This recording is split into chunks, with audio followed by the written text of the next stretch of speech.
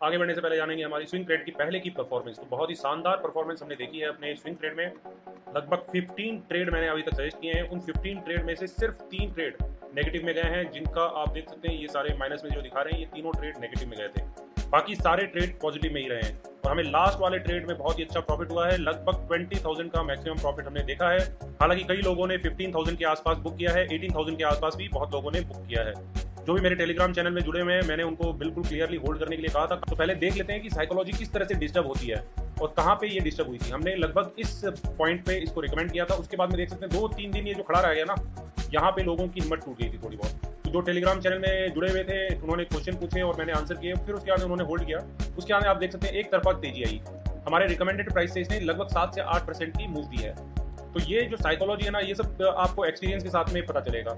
हालांकि ये अपने जो रिकमेंडेड प्राइस है उससे ज़्यादा नीचे नहीं आया था, 1-2 रुपये आसपास ही घूम रहा था। लेकिन आपकी एंट्री और एग्जिट, मतलब क्या होता है, लोग पहले जब जो प्राइस पे एंट्री करने के लिए कहा गया था 20 रुपीज़ पे, उसके पास में एंट्री नहीं करेंगे, उससे थोड़ा सा ऊपर लेने की कोशिश करते हैं। मतलब जब लगता है ना कि हाँ मिस हो गया, उस समय क्या होता है, वो पैनिक में आ जाते हैं और वो जो 20 रुपये का माल था ना, वो 24 रुपये के आसपास खरीद लेते हैं। अब आपने पहले ही स्ट्रेटेजी गलत बना दी, मतलब 4 रुपये तो आपने पहले ही कॉस्टिंग ज़्यादा दे दी।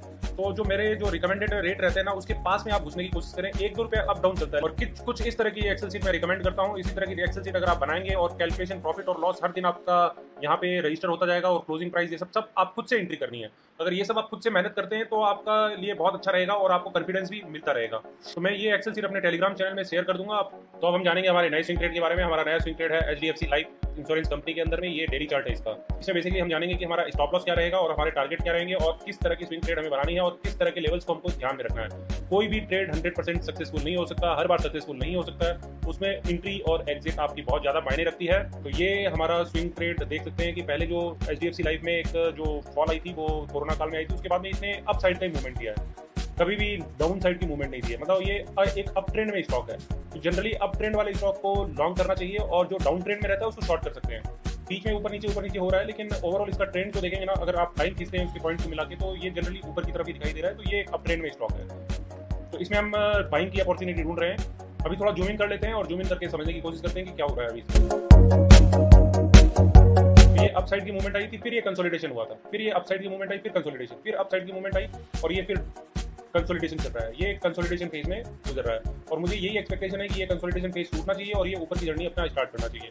इसमें जो मुझे फेवरेबल चीज़ें लग रही है वो मैं बता देता हूँ आप लोगों को। यहाँ पे आप देख सकते हैं कि RSI काफी फेवरेबल है और साथ साथ वॉल्यूम बिल्डअप भी यहाँ अच्छे खासे देखे गए।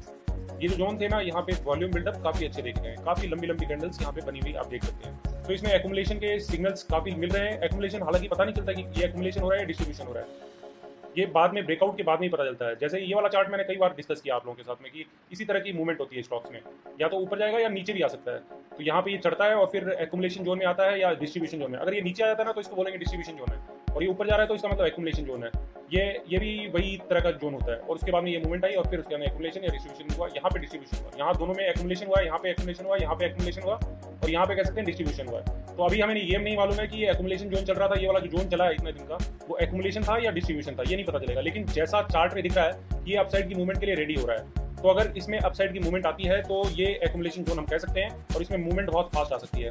तो जो भी कैश में लेंगे उनको अपना स्टॉप लॉस 650 के आसपास लगाना है। तो 650 के स्टॉप लॉस के साथ में आप इसमें काम कर सकते हैं अगर कैश में लेते हैं तो। अगर कैश में नहीं लेते हैं तो फिर कौन सी आपको स्ट्रेटेजी अपनानी है, कौन सी स्ट्रेट बनानी है, वो मैं बता देता हूँ आप लोगों को। तो HDFC लाइफ हमने सर्च कर लिया है और ये NSE की वेबसाइट है। तो अभी हम इसमें डेरिवेटिव सेगमेंट में जा रहे हैं और डेरिवेटिव सेगमेंट में हम लोग को ऑप्शन चेन सेलेक्ट करना है। तो ये रहा ऑप्शन चेन और हमने ऑप्शन चेन सेलेक्ट कर लिया है। और इसमें जो एक्सपायरी है ना वो बहुत इंपॉर्टेंट होती है। तो हम ये वाली एक्सपायरी में काम नहीं करेंगे, जो पास वाली 24 जून की, हमें करना है 29 जुलाई में काम करना है। तो हमने 29 जुलाई की एक्सपायरी को सिलेक्ट किया है और हमें जो बाइंग और सेलिंग करनी है वो करनी है 700 पे। इसका रेट चल रहा है अभी 709 के आसपास या 710 समझ लीजिए आप, ठीक है। तो हमें 700 की कॉल को बाई करना है और इसके अगेंस्ट हमें 750 की कॉल को सेल करना है। हालांकि मेरे रडार पे बहुत सारे स्टॉक्स हैं जो जिसमें स्विंग ट्रेड किया जा सकता है, लेकिन क्या है वहाँ पे लिक्विडिटी नहीं है। लिक्विडिटी मतलब ये जो गैप है ना ये बहुत ज़्यादा है। यहाँ अगर 30 दिखाएगा तो यहाँ पे 40 रुपीज़ दिखाने लगेगा। इस बाइंग और सेलिंग के बीच में काफ़ी गैप है, तो वहाँ पे क्या होगा, आप स्टक हो जाएंगे। तो मैंने बहुत सोच समझ के ये लिक्विड स्टॉक ढूंढा है जहाँ पे गैप काफ़ी कम रहता है। तो 700 का जो रेट चल रहा है अभी 31 के आसपास चल रहा है और इसका 12.5 चल रहा है।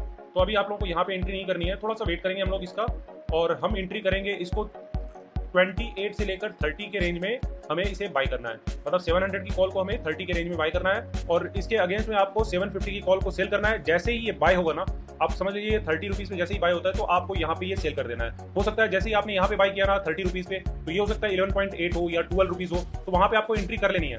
वहाँ पे ये वेट नहीं करना है कि ये बढ़ेगा तो मैं सेल करूंगा, तो जो भी रेट यहाँ पे मिले वहाँ पे आपको सेल कर देना है।